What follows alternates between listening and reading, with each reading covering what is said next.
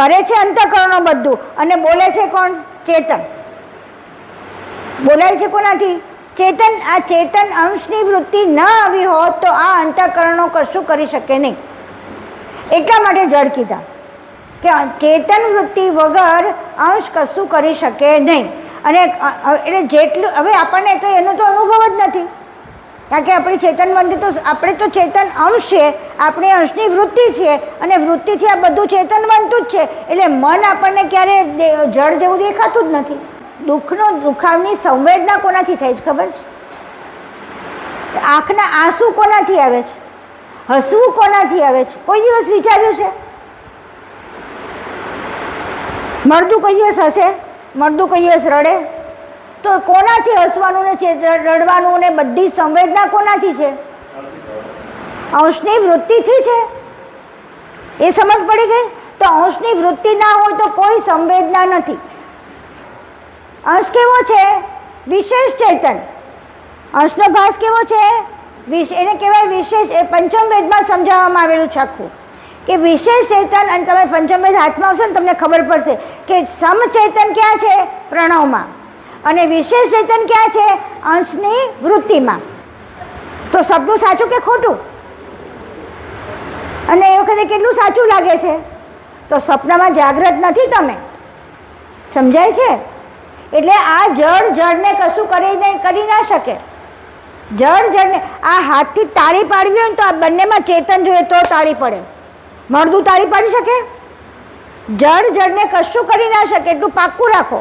મારો તમને કહેવાનો ભાવાર્થ એ છે કે કંઈ પણ સંવેદના થાય તો તમારે ચેતન જોવાનું કે આ ચેતન છે માટે છે. આ મારી અંશની વૃત્તિ ચેતન વૃત્તિ છે માટે આ બધી પીડાઓ છે, માટે આ સુખ છે, માટે આ દુઃખ છે. તો સુખ અને દુઃખથી આપણે ચેતનના સાક્ષી બની જવાનું છે. તો શું થશે ખબર છે? સુખ અને દુઃખ તમારા માટે ગૌણ બની જશે. ગૌણ એટલે કેવા? સાધારણ કે છે. આ તો કે ચેતન દ્રષ્ટિ જેવી થશે ને એ બધી પીડાઓ તમારી ધીમે ધીમે ધીમે ઓછી થવા માંડશે, કારણ કે ચેતનને કોઈ પીડા નથી. અંશ બધાથી છૂટો છે, પણ અંશ જેવો જોડાય છે એટલે જે તે જડ વસ્તુઓને ચેતન બનતા કરે છે. અને જડ વસ્તુમાં એક ખૂબી છે કે એમાં પીડા, એમાં કંઈ પણ ભંગાણ થયું તો એમાં મરમ્મત કરવી પડે, પીડા થાય. હું તો અંશ છું. આ અંશની જેવી અંશની જાણ આવી એટલે કોની સજાતી છે? કેવલ કરતાની. એટલે એ સજાન દ્રષ્ટિ એવી આવી ગઈ કે હવે એને બધા જે લોકો બધા તમારી આજુબાજુ છે ને એને બધાને અંશ તરીકે જોવા મળશે. એટલે શું થશે કે પેલું કંઈ તમને બોલી જશે ને તો કે કાંઈ નહીં, હવે એમાં શું છે એને વિચારને ખબર નથી. છે તો અંશ ને, છે તો મારા કેવળ કરતાનો અંશ ને. જ્યાં સુધી આપણી અંશની જાણ જાગૃત ના થઈ હોય ત્યાં સુધી બધા વિજાતી છે. ને વિજાતી હોય બધા સાથે વિસંવાદિતા છે. બધા સાથે આપણે પૂરેપૂરા સંમત થતા જ નથી. આ આવી છે, આ તેવું છે, ફલાણું તેવું છે. તમે જુઓ બધા વિરોધો થોડા આવ્યા જ કરે. વિરોધ આવે તો સમજી લેવાનું કે હજી મારી અંશને વૃત્તિ થઈ નથી. એટલે આ નામ રૂપ અને ગુણ અંતઃકરણોમાંથી પકડાય છે. અંતઃકરણો ત્યાં સુધી જ ઓળખી શકે જ્યારે અંતઃકરણમાંથી કઈ દ્રષ્ટિ થશે? અંકુરની દ્રષ્ટિ. અંકુરમાંથી સુરતા, નૂરતા, અક્કલ, આરત આ બધું પરમ ગુરુ તરફ જવા મળશે. અહીંયા નહીં જાય, આ નામ રૂપ ગુણમાં નહીં જાય. આ બધા ક્યાં જશે? બધા કેન્દ્રિત ક્યાં થશે? અણિયારી વૃત્તિથી ક્યાં થશે? સુરતા ક્યાં જશે? એને જોવાનું ક્યાં થશે કે મારું અંશ સ્વરૂપ તો અહીંયા ઉપર છે. હું આવા નામમાં આવા જડમાં ક્યાં જઉં? આ નામરૂપમાં મારે જવાનું જ નથી. આ ગુણમાં મારે કોઈના ગુણ જોવાના જ નથી, કારણ કે ગુણ તો બધા જડમાં છે અને જડ વસ્તુ તો મારી સજાતી છે જ નહીં. તો મારે તો મારા સ્વરૂપે જવું છે, તો મારી અંદર આ બધી વસ્તુ હોવાની હોય જ નહીં. આ એક સમજણ છે. અને પછી પ્રાણની આ સમજણ જેવી પાકી થવા માંડશે એટલે પ્રાણની ગતિ પોતાની જાતે જ ઉપર જવા માંડશે અને પોતાના સ્વરૂપ સુધી ઓટોમેટિક જવા માંડશે. ચેતન દ્રષ્ટિ જાગૃત ક્યારે થાય? પરમ ગુરુની કૃપા થાય. પરમ ગુરુની કૃપા ક્યારે થાય? જ્યારે મારી આરત કેવી થઈ જાય? અણિયારી થઈ જાય. અને અણિયારી થઈને મારી સુરતા ક્યાં થાય? પરમ ગુરુની જાણને જોવાનો પ્રયત્ન કરતી થાય. દરેક શબ્દમાં ઊંડા ઉતરતી જાય. દરેક ગ્રંથના એક પેલામાં અભ્યાસમાં ઊંડી ઉતરતી જાય. ત્યારે નૂરતા થાય, સુરતા નૂરતા ને પછી અક્કલ જાગે કોની? અંશની, કે ઓહો આ તો બધા અંતઃકરણો છે, આ તો ગુણ છે, એમાં મારે નથી જવાનું. આ અક્કલ જેવી જાગૃત થાય એટલે પછી કહે તો આ નથી તો મારે ક્યાં જવાનું? તો કે મારે તો મારા કેવલકર્તા પાસે જવાનું. એટલે મારી આરત કેવી થઈ જાય? આ નામ રૂપ ગુણ બધા મુકાઈ જાય અને સીધું ક્યાં જાય? સડસડાટ ત્યાં પહોંચી જાય. કોની જોડે? केवलकर्ता जोड़ो. चैनल को सब्सक्राइब करिए, बेल आइकन दबाइए, ये वीडियो ज्यादा से ज्यादा लोगों तक पहुंचाइए.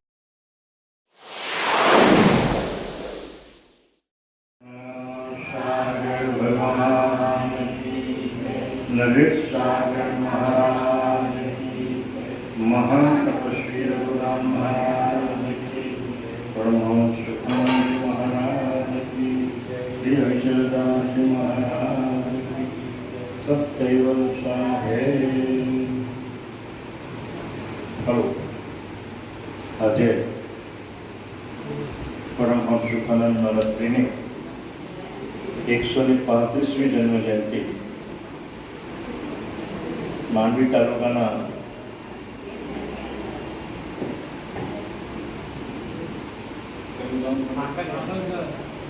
માકરજણ ગામની અંદર માંડવી તાલુકા કૈલર ગામ પ્રચાર મંદિર તરફથી 135મી જન્મજયંતિ ત્યાં ઉજવી રહે છે. આપણું ઉમરાનું સત્સંગ મંદિર પણ ત્યાં આમંત્રણ પાઠવેલું છે. એટલે ભજન મંડળનો કાર્યક્રમ પણ ત્યાં 10 થી 12 સુધી ચાલશે. આપણે પણ અહીંયા મહાન તપસ્વી રઘુરામ મહારાજજીના પવિત્ર ભૂમિ ઉપર એવા એ વિરાટ સંતનું 135મી જન્મજયંતિ નિમિત્તે આપણે રચેલી જે કૃતિ છે જગત વંદે એ આપણે સરળ કરીશું. કરુણા સાગર ભગવાન કી, મહાન તપસ્વી રઘુરામ કૈવલ રામ કી, સદગુરુ દેવ કી. પુષ્પાંજલિમાં 133મું પાનું છે. જગત વંદે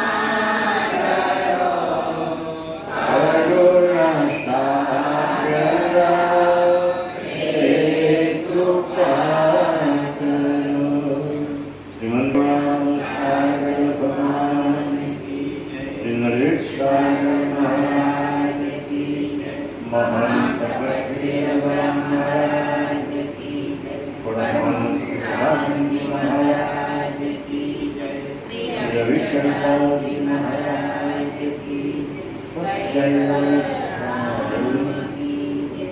सत्यैव विश्वाहे શુકાનંદ મહારાજની 135મી જન્મ જયંતિ દક્ષિણ ગુજરાતના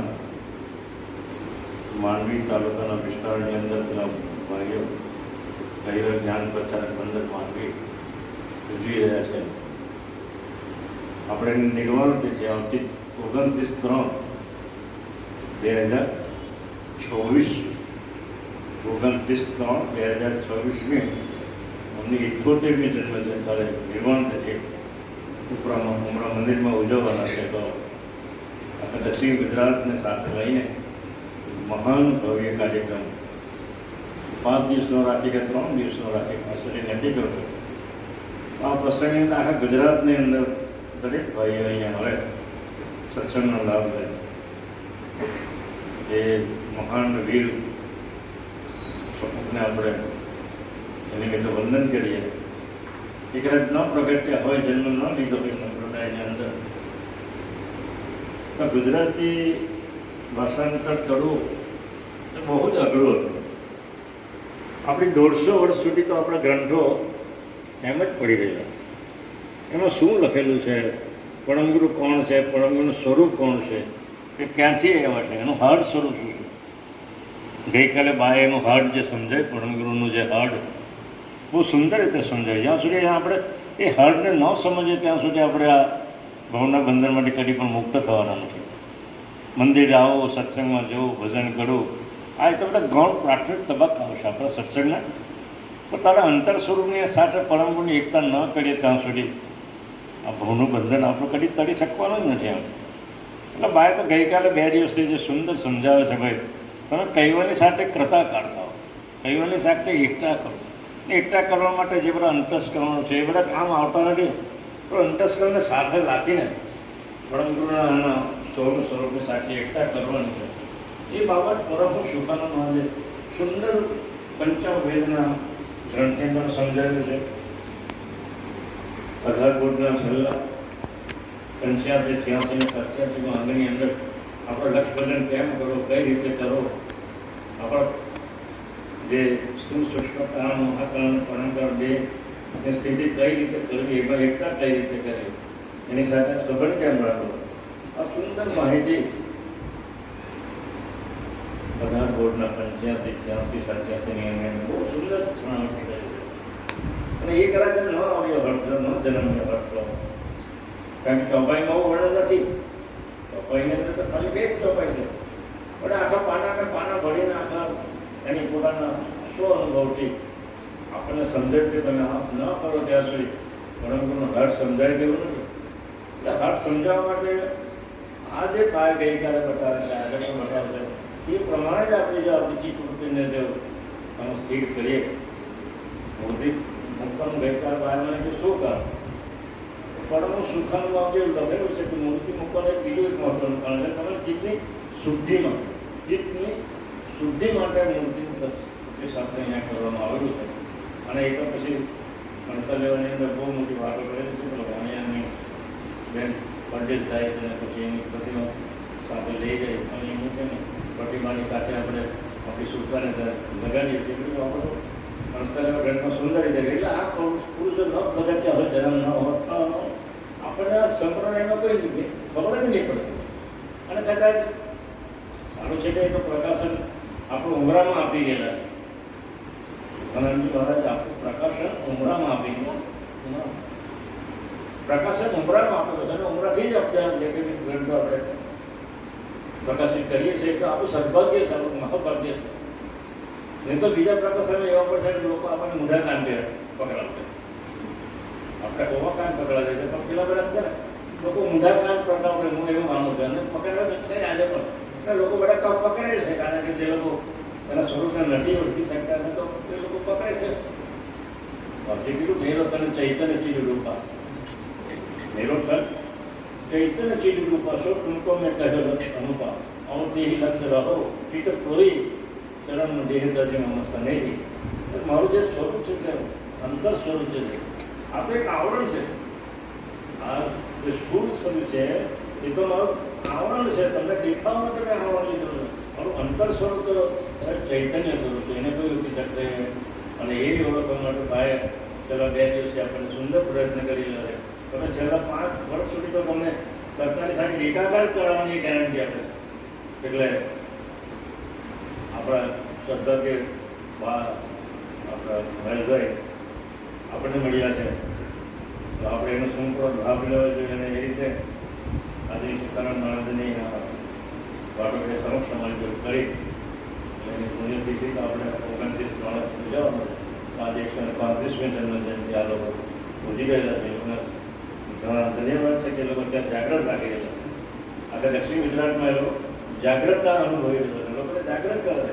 નાના નાના બાળકો આપણે જેમ ચાલુ કર્યું દર રવિવારે 25-30 બાળકો અહીંયા આવે છે, ત્યાં લગભગ 100-200 બાળકો ત્યાં ભેગા થાય છે. બધા જ બાળકો એક જરા અહીંયા આવવાના પ્રોગ્રામ રાખવાના. એટલે એ લોકો ઘણું બધું પ્રચારનું કાર્યક્રમ કરી રહ્યા છે. આપણામાં બી એટલી જાગૃતિ, જેટલી અહીંયા આવવાની જાગૃતિ, એટલે આપણા બાળકોને સંસ્કાર આપવાની બી જાગૃતિ આપણામાં હોવી જોઈએ. મા બાપમાં એટલી જાગૃતતા હોવી જોઈએ. આજે તો છોકરો ખાવા બેઠા તો મોબાઈલ આપી દે, મોબાઈલ જોડતો જોડે માં બૂકો નાખે અને પેલો ચાવ્યા કરે, મોબાઈલ જોયા કરે. તો આ એટલી બધી ખરાબ પદ્ધતિ છે આપણી. એને નાબૂદ કરવી જોઈએ. આપણે જાગૃતતા એ આવતી છે. અને જ્યાં સુધી બાળક જ્યાં સુધી આમાં વચ્ચો પચ્ચો ન થાય, સંપ્રદાય શું કહેવા માગે છે એ કોઈને ખબર નથી. ઘણી વખત તો મને ખૂબ જ વસ્તુ આપણે ગામવાળા તમે જતા અને ભીમરાજના કેટલાક ભાઈઓ ત્યાં પૂછ્યા કે સત્યાવ કરી જશો, તો કોઈ કહેતા કે ભાઈ મને કંઈ ખબર નથી. આવી પરિસ્થિતિ આપણા ગામની છે સાહેબ. મને કૌશિક વાંચતા જાણતા હતા એમ છતાં પણ આખું ગામ એ સંપ્રદાયમાં જોડાયેલું છે. અને એક એક શબ્દ એના માટે બહુ ઇમ્પોર્ટન્ટ છે. પુસ્તક તો ઘરમાં રાખો કે જેથી પરમ ગુરુને એક ચોપાઈ અંદર જશે ને તો એ કામ કરશે. ઘરમાં પુસ્તક જ ના રાખીએ એટલે મંદિરમાં આવી મંદિર એટલું તમારા પુસ્તકો આપવા જ ના દે, બધા પોતાના લઈને આવે. એમની સુખાનંદ મહારાજની કૃતિ તો તમે જો જગત વંદન ગાતા ગાતા આપણે આંખમાંથી આંસુ આવી જાય. એનો કેટલો પ્રેમ છે. આમ તમને બહુ સાચું કહું, તમે મને બ્રેસ્ટનું કેન્સર થયું અને કહેવામાં આવ્યું કે આ છે કેન્સર અને કરવાનું છે, કાઢી નાખવાનું. એટલે છૂટકો હતો નહીં, પણ આ જોડાયેલી હતી ને અહીંયા આપણે, એટલે સીધી તો લઈને બેસી ગઈ આપણી આ પુષ્પાંજલિ. અને જે પાનું ખુલ્લું ત્યાંથી ખુલ્લું પરંતુ મને સંદેશો આપ્યો અને આ 133મું પાનું ખુલ્લું બોલે. અને આ જગત વંદને આ મેં મારા ઓપરેશન દરમિયાન એ પછી આખો વખત આ ગાયા જ કરું, બીજું કંઈ જ નહીં, એટલું આ જ ગાયા કરું. તો વિચાર કરો તમે, મને એક પણ કિમોથેરાપી આવી નથી, એક પણ રેડિયેશન આવ્યું નથી, કશું જ થયું નથી. આ પરમ ગુરુની કૃપા. તો હું ભૌતિક વસ્તુ બતાવું, પણ આપણી શ્રદ્ધા હોય ને આપણે કહીએ તો થાય ને. એટલે હું વિનંતી કરું કે તમે બધા થોડું વાંચી અને આમાં તો એટલું જગતવાસીને તો કેટલું સહેલું છે, બધાને સમજાયેલું છે. અને તો આપણે બધી વિપત્તિ સંકટો ભક્ત ના કરો. અને તમારી કંઈ પણ નાની મોટી આવી વિપત્તિ પણ એક પરમ ગુરુ હોય. પણ પરમ ગુરુ મોટી વિપત્તિ કઈ છે ખબર છે? આપણે ગાડીએ હું ગાઉં છું, કૈવલ્યમ દિવ્ય દૃશ્યાક્ષી આદિ કરતારો કૃપાનિધે પ્રણતા ક્લેશ નાશાય. આ તમને પ્રણામ કરીને મારા ક્લેશનો, હવે આપણો તો ક્લેશ એટલે સંસારનો ક્લેશ છે. ક્લેશ કયો ગણાવ્યો ખબર છે? ગાંધી ક્લેશ ગણાવ્યો છે કે આ તત્વની ગતિને હું જાણી શકતી નથી, આ તત્વનો ખેલ મને સમજાતો નથી અને હું તત્વમાં જ રમમાણ થઈ જાઉં છું અને એનાથી દુઃખી થાઉં છું. તો એમાંથી હું કેમ બહાર નીકળું? એના માટેની આ પ્રાર્થના છે. એટલે ક્લેશ કયો, ક્લેશ સમજો એટલે આપણે આપણા વિપત્તિ કઈ સમજવી? આપણી વિપત્તિ એ છે કે આપણે સંસારમાં રહેતા પણ પરમ ગુરુની સાથે રહી શકતા નથી. આ વિપત્તિ આપણે હોવી જોઈએ. સંસારની વિપત્તિ આ આવશે ને પરમ ગુરુ આવશે ને મેં કીધું ને કે બધા ડૉક્ટરે કીધું કે આ કીમો લાવવી પડશે, રેડિયેશન લેવું પડશે અને કશું જ લેવું નથી પડ્યું. વિચાર કરો તો એ તો આપણા એમને ભરતા એમને બધી વસ્તુ દૂર થઈ જાય. તો પછી વિપત્તિઓ કઈ આવે વિચાર.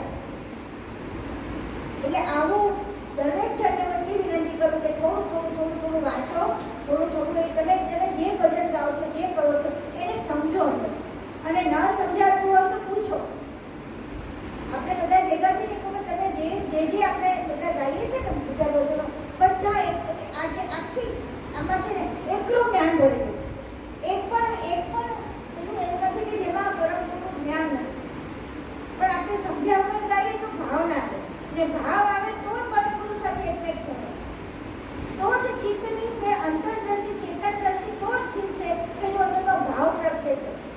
એટલે આપણે બધાએ આટલું જે ન સમજાય એ જરાક અહીંયા તમે કોઈને પણ કહેજો લખાવી દો તો આપણે એક વખત બેસીને આ બધા ભજનોનો અર્થ કરીશું કે જેથી આપણને બીજું કંઈ ના કરતા તમે મોડે છે બધું એ મોઢેમાં આપણનો ભાવ આપવો બરોબર ને. જે સ્તુતિ છે આપણે નાના સંધ્યા સ્તુતિ જે ગાયા સુખાનંદ મહારાજ જય દેવ જય દેવ જય સૃષ્ટિ કરતા હા એ બી એટલું સરસ છે. આંખમાંથી આંસુ નહીં આવે તો આપણો ધર્મ ન કામ અને પરમપુરુષ એટલી સરસ છે. મેં અવિનાશી ઉકાર એ બી કેટલું સરસ છે. એક મને તો એમાંથી એક પણ એવું નથી કે જે આપણે માટે નથી. અને આરતી મોટી મંગલ આરતી કરે તો મોદી તમાન આનંદ ભરી એની પછી એમાં શું કીધું ખબર છે? પહેલી લીટી બોલો તો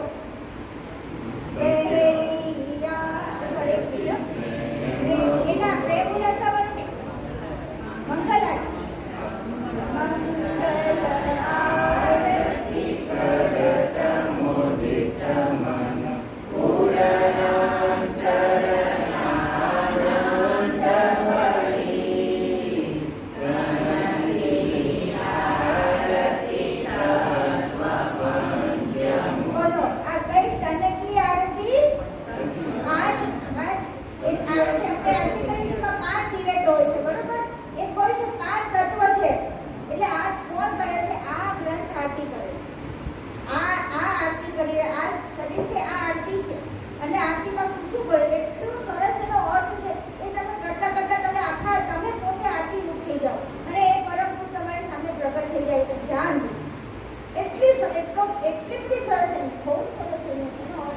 પુષ્પાંજલિ આખી જબરદસ્ત બનાવે છે.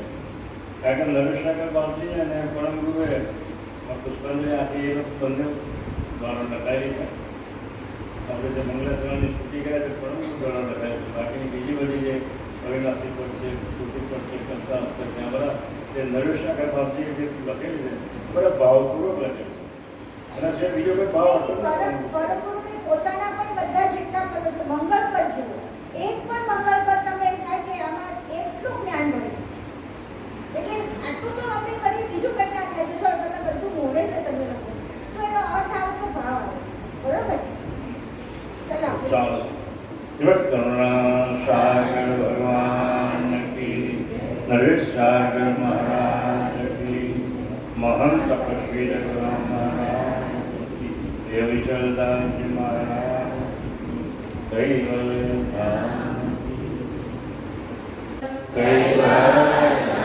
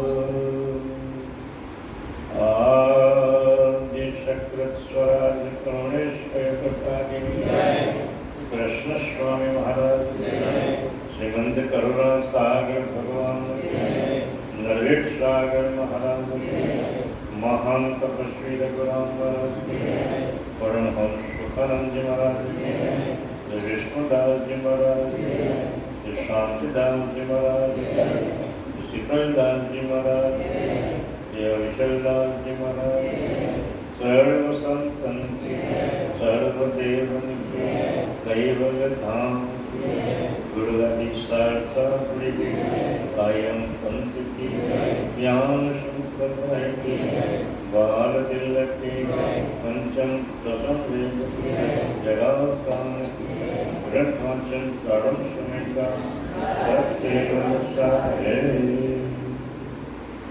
શકે તો અંશ પગે લગ સજન સજાત સવેહી બીનુ સંજાણ સજાત વિના તો સવેહી ભાગી શકે તો અંશ પગે લગ સજન સજાત સવેહી બીનુ સંજાણ સજાત વિના તો ક્યો કરી કરે સ્નેહી।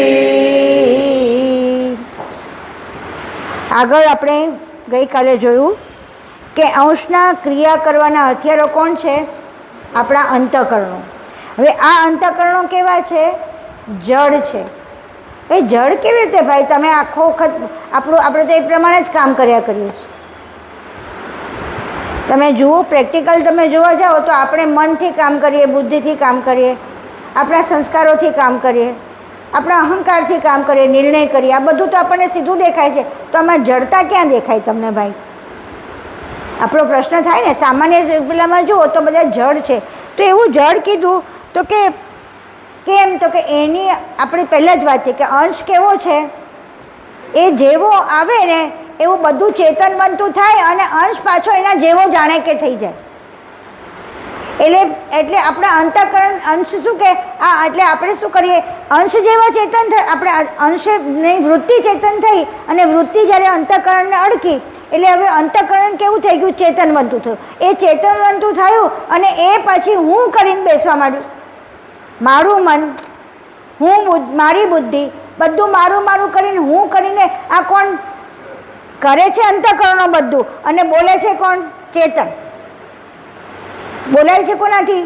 ચેતન। આ ચેતન અંશની વૃત્તિ ન આવી હોત તો આ અંતઃકરણો કશું કરી શકે નહીં। એટલા માટે જડ કીધા કે ચેતન વૃત્તિ વગર અંશ કશું કરી શકે નહીં। અને એટલે જેટલું હવે આપણને તો એનો તો અનુભવ જ નથી, કારણ કે આપણી ચેતન બંધી તો આપણે તો ચેતન અંશ છે, આપણી અંશની વૃત્તિ છે અને વૃત્તિથી આ બધું ચેતન બનતું જ છે। એટલે મન આપણને ક્યારે જળ જેવું દેખાતું જ નથી। જુઓ, તમે વિચાર કરી જુઓ, મન જળ જેવું દેખાય છે? જ્યારે તમે કોમામાં હોય ત્યારે કશું ચાલતું નથી। અચ્છા, તમે જ્યારે પેલું બેરું કરવાનું ઇન્જેક્શન આપે ત્યારે તમારું એ નથી ચાલતું, એટલે કયું જનરલ એનેસ્થેસિસ આપે ને ત્યારે તમારું કશું, તમે જાઓ સૂઈ ગયા જેવું, અને તમે સૂઈ જાઓ છો ત્યારે આટલો વખત તમને જડતાનો અનુભવ છે, કારણ કે સૂઈને ઉઠી એટલે જ આપણા બધા હાથ પગ બધું જકડાઈ ગયું હોય ને। એ જડતાનો અનુભવ ખાલી આપણને થોડોક વખત થાય છે। સૂઈ ગયા હોય ત્યારે થાય, પછી એકદમ આપણે કોઈ સમાચાર આપે ને, ખરાબ સમાચાર આપે ને તો આપણે એકદમ જડ જેવા થઈ, મૂળ જેવા થઈ જઈએ। તો તે વખતે આ જડતાનો અનુભવ થાય। આવા જડતાનો અનુભવ થાય એટલે આપણે જડ નથી થઈ જતા। તો પછી તમે કઈ રીતે કહો છો કે આ બધું જડ છે ભાઈ? આપણે પરમ ગુરુને પૂછીએ ને કે તમે મને કેવી રીતે કહો છો કે આ બધું જડ છે? તો અહીંયા એમ કહે છે કે જુઓ, જે આ કર્તા કેવલની સજાણ, કર્તા કેવલ તો સજાણ જાણ અને ચેતન છે, અને કર્તા કેવલનો અંશ પણ સજાણ જાણ સચેતન છે। અંશની વૃત્તિ અહીંયા આવી છે આપણા શરીરમાં, અંશ તો અહીંયા આવ્યો જ નથી અંદર। જો અંશ અંદર આવી જાય તો આપણું કોઈ દિવસ મૃત્યુ જ ના થાય, કારણ કે ચેતન કેવું છે?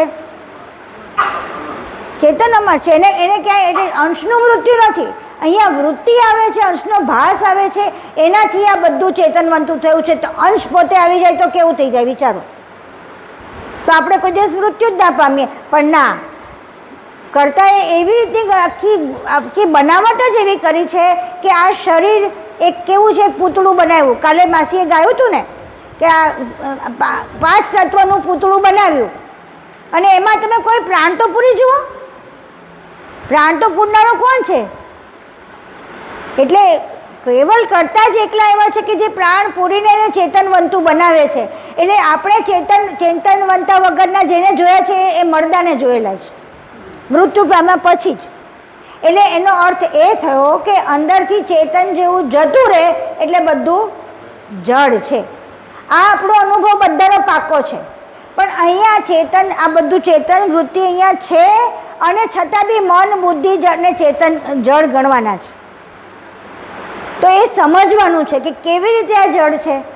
તો હવે તમે જ્યારે તમે કંઈ વિચાર કરો ને કે મારા પગ દુખે છે, મેં કાલે તમને દેખાડ્યું, તમારા પગ બહુ દુખતા હોય અને પગ દુખતા હોય ને તો દુખાવની સંવેદના કોનાથી થાય છે ખબર છે?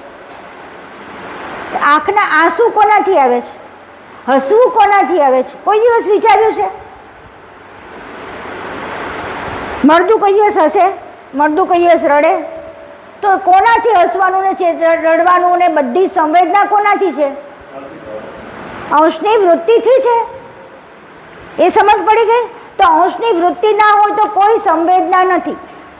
તો આપણું શરીર દુખે છે, એ દુખવાનો આભાસ છે કે સંવેદના છે? કોની છે? ચેતનની વૃત્તિની. ચેતન વૃત્તિની સંવેદના. આ ચેતન ના હોય તો કશું જ બધું જડ છે. એના ઉપરથી આપણને ખબર પડે કે આ ચેતન ના હોય તો બધું જડ છે. હવે અહીંયા આગળ વાત કરી કાલે મેં કે તમે તમારી જ્યારે તમારા ચિત્તમાં ચેતન વૃત્તિ સજેત થઈ ગઈ છે. અહીંયા આગળ કહ્યું હતું, કયામાં? પહેલામાં જુઓ, 11મી ચોપાઈ, તે અંશની ચિત્તયુક્ત નિજ દ્રષ્ટિ સચેતન થઈ ગઈ. હવે નિજ દ્રષ્ટિ કઈ? હવે અંશની દ્રષ્ટિ જાગૃત થઈ ગઈ છે કે ભાઈ હવે તમને ખબર પડી ગઈ કે જેટલું થાય છે કોનાથી છે? ચેતનથી છે. જેટલી ચેતનતા, જેટલી ગતિ છે એ બધું ચેતનથી છે. ચેતન જેવું નથી એવું બધું જ. હવે આ છે અને આપણને તો પાછો અનુભવ એવો છે કે પ્રાણ જતો રહે એટલે ચેતન જતું રહ્યું. અહીંયા આગળ પંચમ વેદમાં પણ કહે છે ને અહીંયા આપણે આગળ કહીશ કે આ પ્રાણ પણ જડ છે. તો પછી હવે પ્રાણને ચેતન કેવી રીતે જાણવો? એટલે અહીંયા આગળ આપણે વાત કરી. એક વૈજ્ઞ તું અંકુરનો છેલ્લો ભાગ કયો? સમચૈતન્યતા. અંકુરની સમચૈતન્યતા 6ઠ્ઠી છે, બરોબર? 5 અંકુરો કેવા છે? કયા કયા? નૂરતા, અકલ, સુરતા, બધા બોલો. આરત, ઐશ્વર્યતા અને ચૈતન્યતા. આ ચૈતન્યતા છે ને એ આખા પ્રાણમાં વ્યાપેલી છે. એ કાલે મેં સમજાવેલું, હું ફરીથી સમજાવું છું કારણ કે આની ક્લેરિફિકેશન થશે ને એટલે તમે આખી ચેતન વૃત્તિને બરોબર સમજી શકશો. કાલે મેં દાખલો આપેલો કોનો? લોહચુંબકનો અને લોખંડની ખીલીનો, બરાબર ને? લોહચુંબક હોય એ લોખંડની ખીલી જ્યાં હોય ને તો લોહચુંબક એની પાસે જાય એટલે ચોંટી જાય ને. સોનાની ખીલી મૂકશો, ચાંદીની ખીલી મૂકશો કે ચાંદીનું ઘરેણું મૂકશો તો એ પેલા લોહચુંબકને ચોંટશે નહીં. કેમ? તો કે બંને સજાતીય છે. સજાતીને આકર્ષી શકે અને પેલું કરી શકે. હવે આપણે આ દાખલો અહીંયા આપણી ચેતન વૃત્તિ અને આ સમચૈતન્યતામાં લેવાનો છે. આ સમચૈતન્યતા એક ખીલી છે. કર્તાએ શું કર્યું? આઈડિયા કર્યો કે આ જળ તો જળને પકડી શકવાનું ક્યારેય નથી. જળ અને આ અંકુરો કરતા એવા બનાવ્યા એ બંનેને પકડે છે. આ બાજુ આ શરીરની અંદર પણ એ કામ કરે છે. અંકુર છે તો અંકુરમાંથી જ અક્કલ, આ બધી જ આપણા પાંચે પાંચ અંતઃકરણો અંકુરમાંથી જ બન્યા છે. આ 5 અંકુરથી. એ આપણે કાલે જોઈ લો. જો આમાંથી કોઈ બોલશે? આ મને દેખાતું, બોલ ને બેટા. વેદ સામે બોલ. આ જો મનની સામે કોણ છે? જો નૂરતા. આ નૂરતામાંથી મન બન્યું છે. પછી બોલ આગળ. બુદ્ધિમાંથી અક્કલમાંથી બુદ્ધિ બની છે. અંકુરમાંથી આપણા અંતઃકરણો બન્યા છે. અક્કલમાંથી બુદ્ધિ બની છે. પછી સુરતામાંથી શું બન્યું છે? અહંકાર. અને પાંચમું આરતમાંથી શું બન્યું છે? ચિત્ત. અને ઐશ્વર્યતામાંથી શું બન્યું છે? હા, નચિત. હવે આ બધી જ વસ્તુ આમાંથી બની છે. હવે આ ચેતનતા આખી છૂટી રાખી. એ ચેતનતા એમણે ક્યાં પૂરી? આખા પ્રણવમાં. કયા? સમષ્ટિનો આખો પ્રાણ થયો એમાં એમણે સમચેતનતા ભરી દીધી.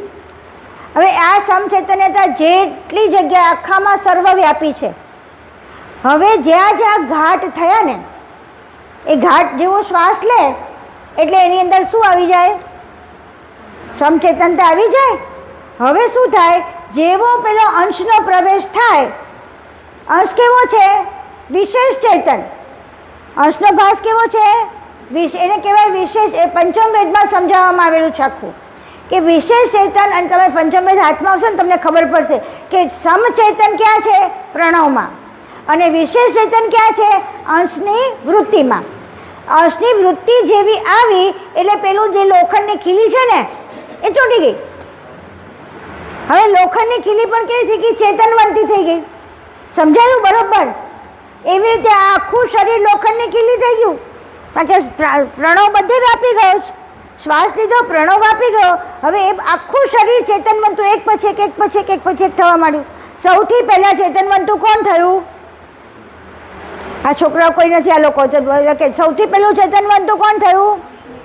અંશની વૃત્તિ નહીં. અંશની વૃત્તિ પહેલાં ક્યાં આવી? બ્રહ્મરંધ્રમાં. બ્રહ્મરંધ્રમાંથી કયું કોણ થયું? પાંચમો પરમ કારણ દેહ. પરમ કારણ દેહનો નિરંજન તત્વ એક્ટિવેટ થયું. પછી એનાથી નીચે આવ્યું અવ્યાકૃત ચલિત થયું. એ ગતિમાં આવ્યું અવ્યાકૃત. પછી આપણી અંદર અહીંયા અવ્યાકૃત છે. પછી અહીંયા આગળ જેવા આવ્યા તે બધા જ ગુણ ગણ આ બધું આપણી અંદર પૂરેલું જ છે. બધું એ બધું જ ચેતનવંતું થયું. અને એનાથી આપણી ઇન્દ્રિયો, આપણા અંગો બધા ચેતનવંતા થયા. વિશેષ ભાસ અને સામાન્ય ભાસ. સામાન્ય ભાસ એટલે સમચેતન. આ અંકુરનું સમચેતન. હવે આ જે એક થયું. હવે આ પ્રાણ જતો રહે એટલે સમચેતન જતું રહ્યું કે નહીં? માણસના શરીરમાંથી પ્રાણ જાય એટલે પ્રાણની અંદર સમચેતન ભર્યું છે. સમચેતન જતું રહ્યું તો હવે એને પકડનારું કોણ રહ્યું? કર્તાના વિશેષ ભાસને પકડનારું કોઈ રહ્યું નહીં. એટલે એને ત્યાં ચાસણી મળતી બંધ થઈ. ચાસણીનું પછી એક વખત ક્લાસ મેં લીધેલો છે. એને ચાસણી મળતી બંધ થઈ ગઈ. એટલે જે અંશ છે એ સીધો પાછો ઉલટો થઈ ગયો. હવે અહીંયાને કોઈ પકડનારું રહ્યું નહીં એટલે આ ચેતનતા જતી રહી. હવે બોલો, પ્રાણ ગયો એટલે ચેતનતા ગઈ કે નહીં? પ્રાણ ગયો એટલે એને પકડનારું કોઈ રહ્યું જ નહીં. ખીલીઓ હતી પણ ખીલીઓ પેલો એ નીકળી ગયું અંદરથી. ખીલીનું તત્વ નીકળી ગયું તો હવે એને પકડે કોણ? તો બધું જડ છે. સમચૈતન્ય એવું હતું કે સજાતી હતું. કોનું? અંશની વૃત્તિનું સજાતી હતું. એટલે એ પકડતું હતું. હવે સજાતીયતા નીકળી ગઈ એટલે પેલું પકડનારું કોઈ રહ્યું. એવી જ રીતે આપણા બધા અંતઃકરણો કેવા છે? જડ. એની અંદર જ્યારે પ્રણવ પ્રવેશે, પ્રાણ પ્રવેશે ત્યારે એની સમચૈતન્યતા આવે અને પછી એ અંશની વૃત્તિને પકડે અને એ કેવા થઈ જાય? ચેતનવંતા. અને પછી એ લોકો વેમ મારવા મળે કે આ હું છું. અને આપણે એ બની જાય, અંશ એ બની જાય. વિચારો, અંશની વૃત્તિ એ બની જાય. હવે આપણે આ અહીં આ ખાલી સમજવાનું છે કે આ હું નથી. આ અંતઃકરણ કે ક્યારે હવે અંતઃકરણ બીજા અંતઃકરણને જોઈ શકે. વિચાર કરો.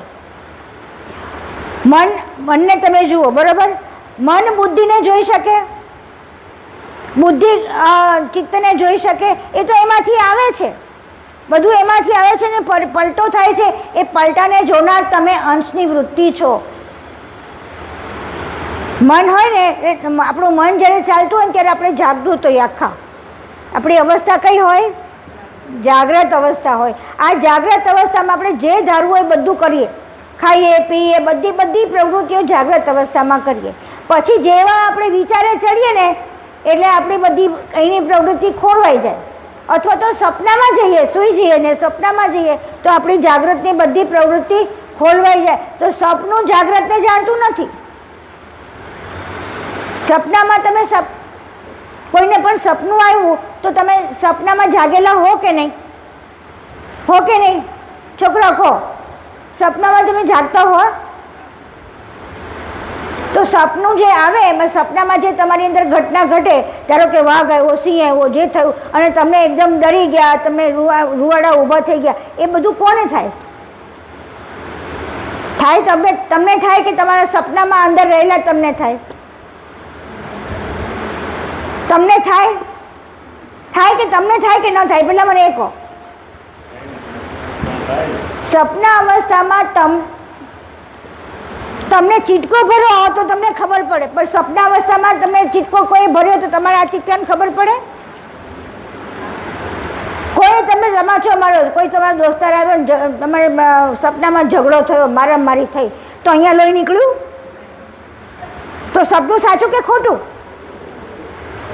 અને એ વખતે કેટલું સાચું લાગે છે? તો સપનામાં જાગ્રત નથી તમે, સમજાય છે? એટલે આ જડને કશું કરી ના શકે. જડને આ હાથથી તાળી પાડવી હોય ને તો આ બંનેમાં ચેતન જોઈએ તો તાળી પડે. મળદું તાળી પાડી શકે? જડને કશું કરી ના શકે, એટલું પાક્કું રાખો. આ ચોપડીથી હલી શકે?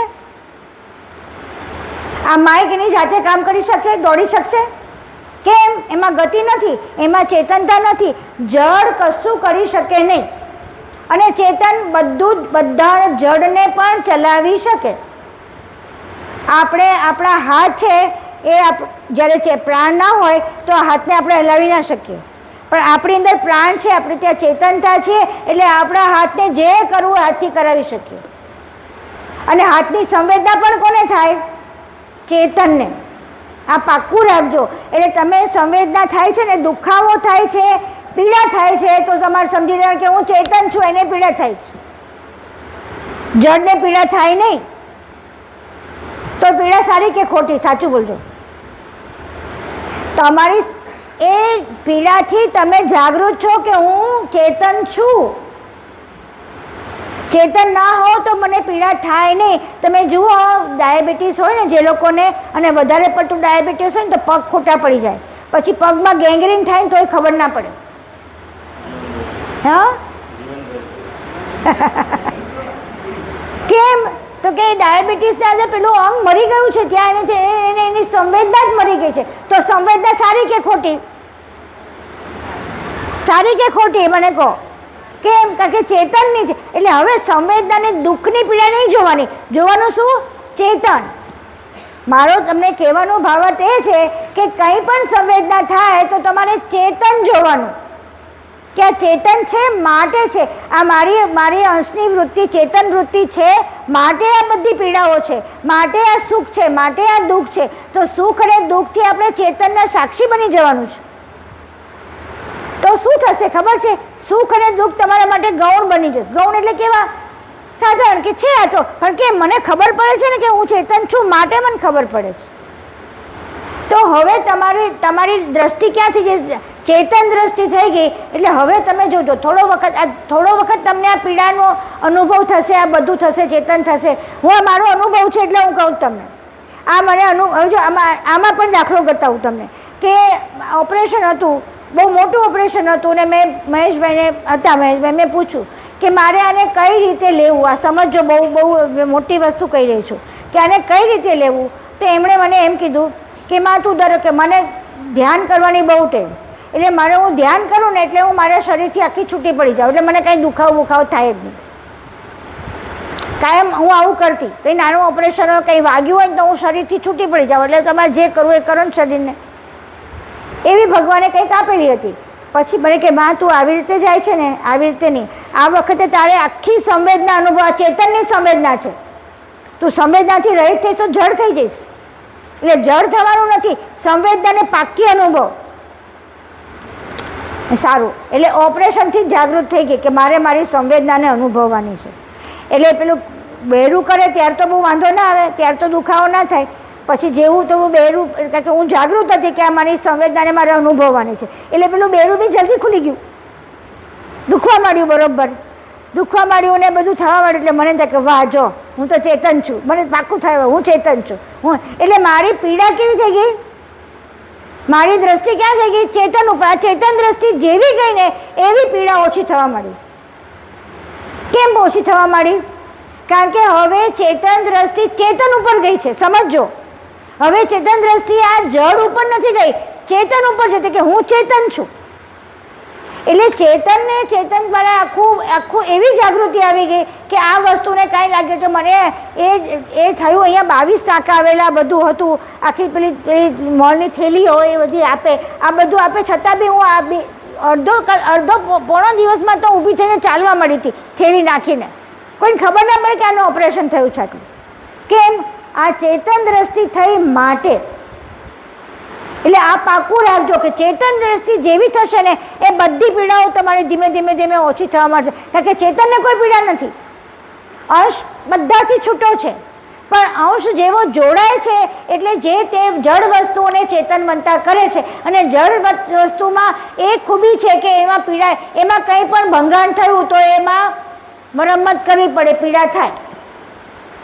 જેવી રીતે આપણું સ્કૂટર બગડ્યું, ગાડી બગડી તો એ જડ છે, પણ એ બગડ્યું તો તમારે મરમ્મત ના કરો તો ગાડી સરખી ચાલે નહીં. એ રીતે આ ગાડી મરમ્મત ના કરો તો ગાડી બગડે તો એને રિપેરિંગ કરવું પડે અને એની પીડા થાય. પણ એની પીડાને ભોગવનાર કોણ છે? તો કે ચેતનનો ભાસ છે, આ વૃત્તિ છે. હવે એ વૃત્તિ જ્યારે ચેતનવંતી થઈ ગઈ ત્યારે ચેતનની દ્રષ્ટિ જ્યાં જ્યાં થશે એ બધાને ચેતનવંતું કરશે. હવે ચેતન દ્રષ્ટિ મારી ચેતન વૃત્તિ, મારી જે વૃત્તિ છે એને ચેતનવંતી કરી. વિચારો તમે કે આ મારા કર્તાએ મને આપ્યું છે, આ કર્તાએ મને અહીંયા જાગૃત કરી છે. તો આ બધી વસ્તુ એટલી બધી ઝીણી આપણને આપણા જીવનમાં કામ લાગે કે તમે ક્યારેય કોઈ પણ વસ્તુને કોઈની પીડા જ નહીં લાગે. કારણ કે હવે તમારી દ્રષ્ટિ કઈ થઈ ગઈ? ચેતન. હવે જો અહીંયા આગળ કહે છે જ્યાં કોઈ પહોંચી શકે એમ હોય તો માત્ર એક અંશ જ પહોંચી શકે છે. ચોખ્ખું કહી દીધું. આ જળને પહોંચી શકે તો કોણ પહોંચી શકે? અંશ જ પહોંચી શકે તેમ છે. કારણ કે અંશ સજાણ જાણને જાણનાર હોય, કેવલ કર્તાની સજાતી છે. થઈ ગયું? હવે હવે અહીંયા ગયા આ વૃત્તિ થઈ, એ વૃત્તિ કોની સજાતી? આપણી અંશની વૃત્તિ અહીંયા આવી છે, ભાસ છે. એ સજાતી કોની છે? અંશની. અને અંશ કોનો સજાતીય છે? કેવલ કર્તાનો. એટલે કેવલ કર્તાની હવે જેવી તમારી અંશ દ્રષ્ટિ થઈ, ચેતન દ્રષ્ટિ થઈ, એટલે તમારી અંદર કોની જાણવા માંડી? કેવલ કર્તાની. એટલે હવે તમે ધીમે ધીમે આ શરીરથી છૂટા પડી અને શરીરના માલિક બની ગયા. મને પીડા નહીં, મને કોઈ કંઈ બોલી જાય તો આ તો કોને બોલે છે? આ જીવને, આ દેહને, આ સંબંધવાળા માતાને, પિતાને, નણંદને, સાસુને, આ જેને બોલે છે, આ જેનો રોલ ભજવે છે એને ભજવે છે. હું તો અંશ છું. આ અંશની જેવી અંશની જાણ આવી એટલે કોની સજાતી છે? કેવલ કર્તાની. એટલે એ સજાણ દ્રષ્ટિ એવી આવી ગઈ કે હવે એને બધા જે લોકો બધા તમારી આજુબાજુ છે ને એને બધાને અંશ તરીકે જોવા મળશે. એટલે શું થશે કે પેલું કંઈ તમને બોલી જશે ને તો કે કાંઈ નહીં, હવે એમાં શું છે એને વિચારને ખબર નથી. છે તો અંશ ને, છે તો મારા કેવલ કર્તાનો અંશ ને. આપણા સગા હોય ને એટલે આપણા છોકરા હોય, આપણા સગાવાલા, આપણે આખું ગામ ભેગું થયું હોય ને તો આપણે સૌથી પહેલાં કોને બોલાવીએ? ફ્રેન્ડ્સને બોલાવીએ, સગાવાલાને બોલાવી દઈએ ને, એની જોડે આપણે ભેગા થઈને એને બધો લાભ આપીએ. તો હવે આપણે શું કરીએ? આપણા કેવલ કર્તાના અંશ છે એટલે આપણે શું કરીએ? એ બધા આપણા છે એટલે હવે આખું જગત આપણું બની જાય. વિચાર તો કરો. હવે કોની જોડે લડશો ને કોની જોડે ઝઘડશો? કોની ફરિયાદ કરશો? એટલે આવી ચેતન દ્રષ્ટિ, સજાણ દ્રષ્ટિ, કેવલ કર્તાનો મતલબ, આ પરમગુરુનો મતલબ જ કે આખા બધા અંશો સુખી થાય. બધા અંશો કેવા બને કે પોતે પોતાના અંશ સ્વરૂપે રહી અને કેવલ કર્તા સાથે જોડાયેલા રહે. એટલે એમને કેવલ કર્તાએ જે યુક્તિ પ્રયુક્તિથી આ જગત બનાવ્યું છે ને એ બધી યુક્તિ પ્રયુક્તિ આવડી જાય. એટલે ક્યાં છૂટા પડવું, ક્યાં ભેગા થવું, ક્યાં કઈ રીતે વર્તવું, આ બધી સજાણ તમને આવી જાય. પાક્કું આવડી જાય, એમાં કોઈ શંકા જ નહીં. કારણ કે કેવલ કરતાં હવે એમને ધારો કે તમારી આ કેવી રીતે આવે હું તમને સમજાવું.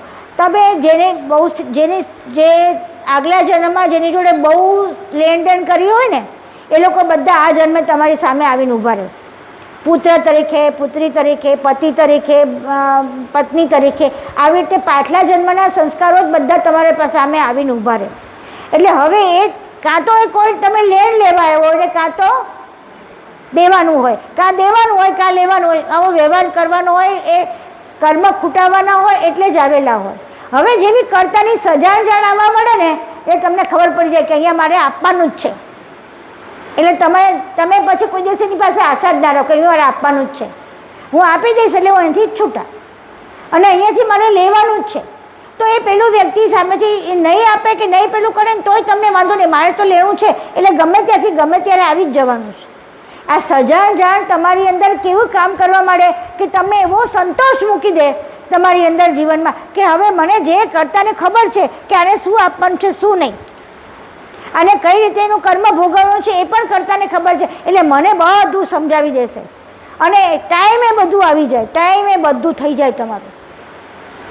હા, એમાં ક્યાંય મિનમેક ન થાય. આટલું બી આપણા ટાઈમમાં કે આપણા સંજોગોમાં હજી ફેરફાર આપણે નક્કી કર્યા હોય ને સંજોગોમાં ફેરફાર થાય. પણ પહેલાંમાં તો તમે કંઈ પ્રસંગમાં તમને પેલું આવવાનું હોય, અડચણ આવવાની હોય તોય તમને ખબર પડી જાય કે હવે અડચણ આવી છે, આ ટાઈમે નથી કરવું આપણે. અને પછી આપણે ધારો કે કરીએ ને તો અડચણ આવે તો તરત જ ખબર પડે કે જો મને પરમગુરુએ કીધું હતું અને છતાંય મેં કર્યું, મારી કયું કર્યું એટલે આ થયું. એટલે આવા ધીમે અનુભવો થતાં તમે આખા કેવલ કરતામય ક્રતાકાર બની જાઓ ત્યારે તમારા બધા કર્મો કરતા કરે, તમારે કરવાનું નથી. એટલે કીધું બેનું પ્રહેતન પાઈએ પરમ મોક્ષ કૈવલ. આ પરમ મોક્ષ છે. તમે બધા બંધનોમાંથી મુક્ત હવે કરતા જ તમને બધું કરે છે તમારું. તમને કઈ ટેન્શન, કયું ચિંતા? મૂળ ચિંતા જ આપણ ચિંતામાંથી મુક્ત થવું એ જ મુક્તિ છે. અને અહીંયા તમને ચિંતા ભણવામાં હવે મને આવડશે નહીં આવડે હું આટલું, તમને જાણ આવે ને છોકરાઓ તો જેવી જાણ આવવા મળે ને તમે જે પાનું પૂછાવાનું એ જ પાનું તમને સમજાવવા મળે, અને એવી સમજાવવા મળે કે તમને થાય કે આવું મને ક્યાંથી સમજ પડી ગઈ, ટીચરે તો આવું સમજાવ્યું નથી. તમે કેવલ કરતા સાથે તમે જેવા એક થશો ને ધીમે તમને ખબર પડશે કે આ એની જોડે એક થવાથી કેવી જાણ આવે છે. બધી જ વસ્તુ સમજાવવા મળશે. એક શબ્દ નહીં આવડતો ને તમે ભગવાનનું પરમગુરુનું નામ દેશો ને કે હે પરમગુરુ મને આમાં સમજાતું નથી, તમે સમજાવી દો. થોડી વાર રાહ જોશો ને તો તમે એનો અર્થ સમજાઈ જશે. અને આવી ટેવ પાડશો ને તો ધીમે જીવનના એક ક્ષેત્રમાં તમે આગળ વધશો. બધામાં તમારે કારણ કે તમે આવ્યા છો, જન્મ લીધો છે અને કેવલ કરતાં કોઈ પ્લાન સાથે તમને મોકલેલા છે. આમ નામ નથી મોકલ્યા. આમ પેલા એક બગીચો હોય ને તો એ માળી કેવું સુંદર રીતે બનાવે, અને એક જંગલ હોય કેવું હોય એની જાતે ઉગી ગયેલું હોય. એટલે બ્રહ્મવાદીઓ શું કહે કે એની જાતે બધું જગત થયું છે એવું કે. હા જીવનભાઈ, બ્રહ્મવાદીઓ બધા એમ કે જાતે બધું થયું છે. તો જાતે થયું એમાં કોઈ વ્યવસ્થિતતા ન હોય, પણ આ તો કેટલું વ્યવસ્થિત છે. આપણને આપણા બધા કર્મોની બધાનું એક વસ્તુ વ્યવસ્થિત મૂકેલી છે. અને આ વ્યવસ્થિત તો કોઈ કરતા હોય અને સકર્તા હોય તો જ થાય. હવે તમે સકર્તા સાથે જોડાઓ છો તો તમને વ્યવસ્થિત નહીં બનાવે. તમારે મમ્મીને કહેવું નહીં પડે કે આમ કર ને તેમ કર, આવું કર ને તેવું કર. તમે તમારી જાતે જ તમને કારણ કે કર્તાની જાણવા મળી. હવે કર્તા સાથે તમે એકાકાર થયા છો તો તમે આટલો મોટો લાભ છે આ ભણવાથી. આ ભણવાથી પાક્કું આવડી જશે. આ ભણવાનું છે ને તમારું સ્કૂલનું, આ ભણવાથી પાક્કું આવડી જશે. તમારે કોઈ એના માટે પ્રયત્ન એવો નહીં કરવો પડે કારણ કે અહીંયા જ તમને સજાણ આપી દેશે. એટલે જેટલા બધા દોસ્તારો ને બધાને લઈને ભણવાનું ચાલુ કરી દો. થોડુંક જ, આપણે વધારે નહીં ભણવાનું, અડધો કલાક વાંચવાનું, થોડુંક કરવાનું, અને પછી તમે જુઓ એ જાણ આવવા માંડશે. એટલે અહીંયા આગળ કહે છે સજાણ જાણને જાણનાર હોય કેવલ કરતાનો સજાતી છે. જે સજાતી ન હોય તેમાં સજાણ જાણવાળો ન હોય તો તે કેવી રીતે સ્નેહ બાંધી શકે, જળને પ્રેમ ના કરી શકે. સીધી જ વસ્તુ છે. સજાતી જ એકબીજાને પ્રેમ કરી શકે. મેં કીધું ને કે આપણે હવે જો સજાતી બધી ગયા બધા અંશો અત્યારે જ્યાં સુધી આપણે અંશ ના જોઈએ ને ત્યાં સુધી બધા વિજાતી છે. આપણે પોતાને અંશ તરીકે ના જ્યાં સુધી આપણી અંશની જાણ જાગૃત ના થઈ હોય ત્યાં સુધી બધા વિજાતી છે. ને વિજાતી હોય બધા સાથે વિસંવાદિતા છે. બધા સાથે આપણે પૂરેપૂરા સંમત થતા જ નથી. આ આવી છે, આ તેવું છે, ફલાણું તેવું છે. તમે જુઓ બધા વિરોધો થોડા આવ્યા જ કરે. વિરોધ આવે તો સમજી લેવાનું કે હજી મારી અંશને વૃત્તિ થઈ નથી. જ્યારે વિરોધો મટી જાય ને ત્યારે જ તમારી ચેતન વૃત્તિ થઈ સમજવાની. આ તમારો મોટામાં મોટો ક્રાઇટેરિયા. તમે આપણે સાધક છીએ, આપણે લક્ષ્ય ભજન કરીએ છીએ, વાંચીએ છીએ, બધું કરીએ છીએ, પણ જો આપણી અંદર બધા માટે કોઈને કોઈ વ્યક્તિ માટે વિરોધ આવે અને એટલે હદ સુધી વિરોધ આવે કે આપણને ડિસ્ટર્બ કરી જાય તો સમજી લેવાનું કે હજી દિલ્હી દૂર છે. સાચે ખરેખર. હા હા, કારણ કે સ્નેહ તમે આપણે વિજાતીય સાથે પણ આપણે એની અંદર એના અંશ જોડે આપણે પ્રીત બાંધી દઈએ તો ક્યાં કશું છે જ, કોઈ તકલીફ જ નથી ત્યાં આગળ. કારણ કે એણે મને કરતા એ અંશને મારી સાથે મોકલ્યા છે. કેમ મોકલ્યો છે? તો કે મને પાક્કા થવાનું છે, એટલે વિરોધ ના આવે. મારે કોઈ પણ રીતે પાકા થઈને કરતા પાસે જવાનું છે. મારે તો હું એને ના લઈ જાઉં મારી જોડે. એટલે હવે શું કરીએ? આપણી અંદર જે સારી વૃત્તિ હોય ને એ વૃત્તિ જ એની સાથે આપણે પેલું કરીએ. કારણ કે વિચાર કરો, કેવળ કરતાં આપણી સામે ઊભા રહે, પરમગુરુ આપણી સામે ઊભા રહે તો આપણે શું કરીએ? આપણે એમને કેટલો આદર કરીએ, કેટલું પ્રણામ કરીએ, કેટલું બધું આપણે એમ ઓછું બધા આપણે મહારાજ આવીએ તો આપણે કેટલું કરીએ. તો પરમગુરુ આવી જાય તો બધા અહીંયા જાણ બેઠા છે, અંશો બેઠા છે. તો એ અંશોને માટે પછી આપણે વિરોધ ક્યાંથી કરવો? કોનો વિરોધ કરશું? આ આપણી અંદરની આ જાગૃતિ આવી જાગૃતિ કે ક્યાંય કંઈ પણ વસ્તુ આવે તો વિરોધ જ ના આવે ને. આ કંઈક પાછળ કરતાને કંઈક કરવું હશે એટલે આવું કર્યું છે. ધારો કે કોઈ સામે વ્યક્તિને વિરોધ આવ્યો તો પણ કરતાને મને કંઈ સમજાવવું છે એટલા માટે કરી રહ્યા છે. એટલે જ્યાં છે જાણ જ આવવા મળે સીધી. અહીંયા હવે આગળ જોઈએ. જબ તે અંત સકરણ ઇન્દ્રિય ગુણ એહી જડવત સબ કોઈ નામ રૂપ ગુણ દ્રષ્ટ પદન લગ અવિલોકન કર કોઈ જબ તે ઇન્દ્રિય ગુણ એહી જડવત સબ કોઈ નામ રૂપ ગુણ દ્રષ્ટ પદન સગ અવિલોકન કર કોઈ.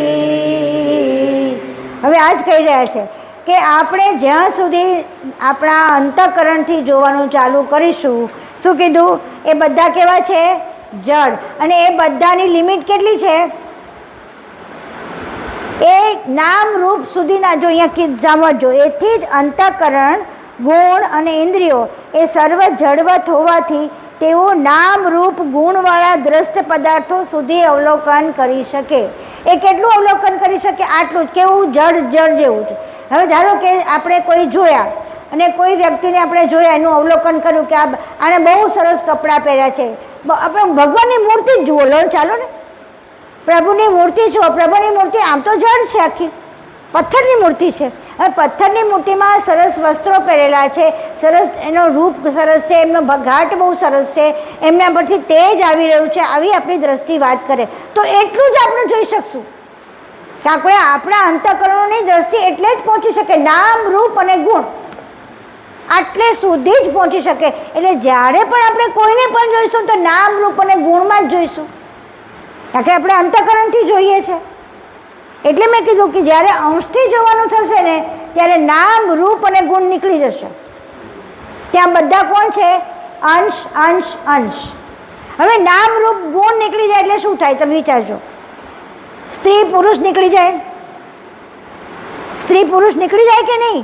નામ રૂપ અને ગુણ નીકળે એટલે નીકળી જાય કે નહીં, એટલે ત્યાં ઓટોમેટિક કર્તાએ શું કર્યું છે, પરમ કારણ દેહની ઉપર તમે જતા રહો. પરમ કારણ દેહ છે ત્યાં સુધી અવ્યાકૃત અને નિરંજન છે. આ નિરંજન તત્વ અને આને જે મહાત્માઓ જે નિરંજન તત્વ અને અવ્યાકૃતને એક કરીને કર્તા સાથે જઈ શક્યા છે. આપણું ભાલ તિલક શું છે, એની જ નિશાની છે.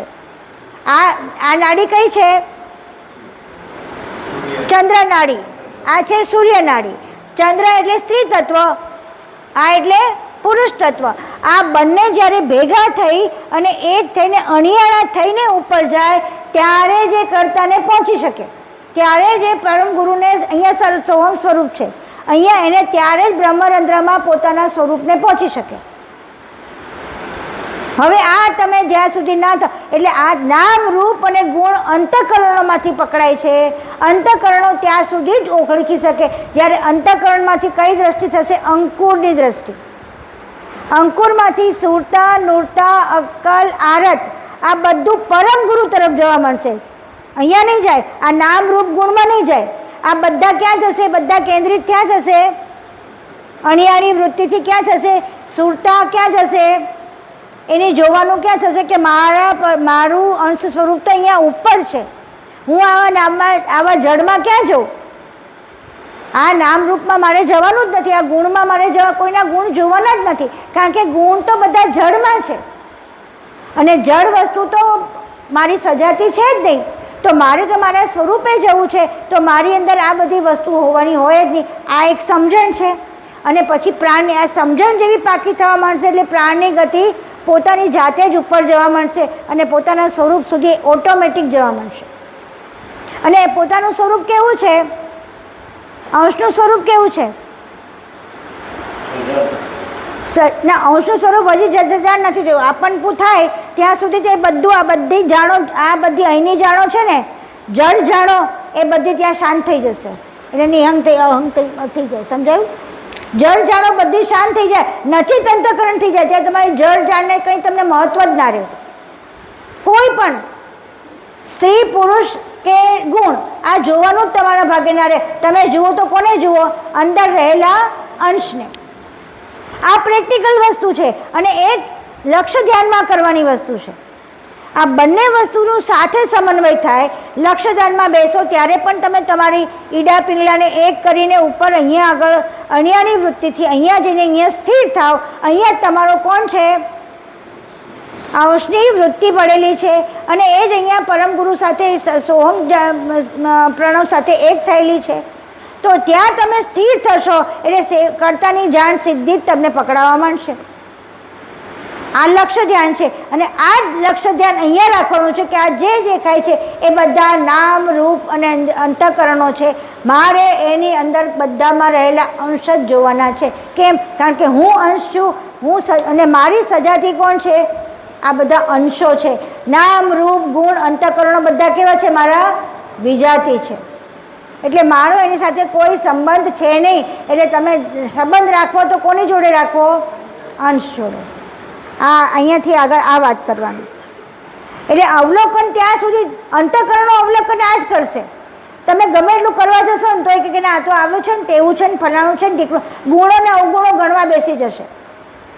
એ ત્યાં એને ત્યાં આગળ સમજાવવાનું કે નહીં, આ મારે જોવાનું નથી, મારે એની અંદર મારે, કારણ કે મારી અંદર, અને એ ક્યારે થાય, મારી આ ચેતન વૃત્તિ દ્રષ્ટિ જાગૃત થાય ત્યારે જ થાય. અને ચેતન દ્રષ્ટિ જાગૃત ક્યારે થાય, જ્યારે પરમ ગુરુની કૃપા. જો આખી ઊંધી લઉં છું લાઈન, ચેતન દ્રષ્ટિ જાગૃત ક્યારે થાય, પરમ ગુરુની કૃપા થાય. પરમ ગુરુની કૃપા ક્યારે થાય, જ્યારે મારી આરત કેવી થઈ જાય, અણિયાળી થઈ જાય. અને અણિયાળી થઈને મારી સુરતા ક્યાં થાય, પરમ ગુરુને ની જાણને જોવાનો પ્રયત્ન કરતી થાય. દરેકે દરેક શબ્દમાં ઊંડા ઊંડા ઉતરતી જાય, દરેકે દરેક ગ્રંથના એક એક પેલામાં અભ્યાસમાં ઊંડી ઊંડી ઉતરતી જાય. ત્યારે નૂરતા થાય, સુરતા નૂરતા ને પછી અક્કલ જાગે કોની, અંશની, કે ઓહો આ તો બધા અંતઃકરણો છે, આ તો ગુણ છે, એમાં મારે નથી જવાનું. આ અક્કલ જેવી જાગૃત થાય એટલે પછી કહે તો આ નથી તો મારે ક્યાં જવાનું, તો કે મારે તો મારા કેવલ કર્તા પાસે જવાનું. એટલે મારી આરત કેવી થઈ જાય, આ નામ રૂપ ગુણ બધા મુકાઈ જાય અને સીધું ક્યાં જાય, સડસડાટ ત્યાં પહોંચી જાય. કોની જોડે, કેવલ કર્તા જોડે. વિચાર કરો આ કેવી એવી આખી આખી આમ સાયકલ જાઓ તો બી પરમ ગુરુ, આમ સાયકલ જાઓ તો પણ પરમ ગુરુ. જ્યાં જો એટલે કેવા થઈ ગયા તમે? કૃતાકાર. આ કૃતાકાર થવાની આ ચાવીઓ છે બધી. હવે જુઓ આગળ જોઈએ. ચેતન તો જડ કે સાક્ષી પણ જડ ચૈતન લય કમાઈ જો તે ચિતર ચિતરન કુગત ચિતર લહિત નહીં ગમ. બહુ સરસ છે. આના જ પેલામાં કહી દીધું કે જડ છે એ જેમ કે ચિત્રકાર છે એ ચિત્ર બનાવવાની એને ખબર પડે કે હું આવી રીતે ચિત્ર બનાવું અને આ બાજુ નદી લઈ જાઉં, આ બાજુ પવન લઈ જાઉં, આ બાજુ પર્વત દેખાડું. ચિત્રકારને બધી ખબર પડે, પણ ચિત્રને ખબર છે કે મને ચિત્રકાર આ રીતે દોરી રહ્યો છે. કારણ કે ચિત્ર કેવું છે? જડ. અને ચિત્રકાર કેવો છે? ચેતન. એવી રીતે આ ચેતન દ્રષ્ટિ છે એને આ જડની બધી ખબર પડે કે આ જડ ગતિ છે. એટલે કોઈ પણ વ્યક્તિ તમે જુઓ ને એટલે અંશ તરીકે એને છૂટી કરો અને એની અંદરની જે જડતા છે એને તમે જોઈ શકો. પછી તમે શું કરો? એને બિચારાને ખબર નથી, પણ હું તો એને અંશ જોઉં છું ને. એટલે અહીંયા તમે ત્યાં જ છૂટા પાડી દો. એટલે હવે તમારી અંદર એના ગુણ અવગુણને તમારી અંદર દ્રષ્ટિમાં જ ના આવે. કોણ આવે? તો કે અંશ. આપણે હવે આવતીકાલે આગળ ટાઈમ થઈ ગયો છે, આવતીકાલે આગળ આમાંથી જ જઈશું.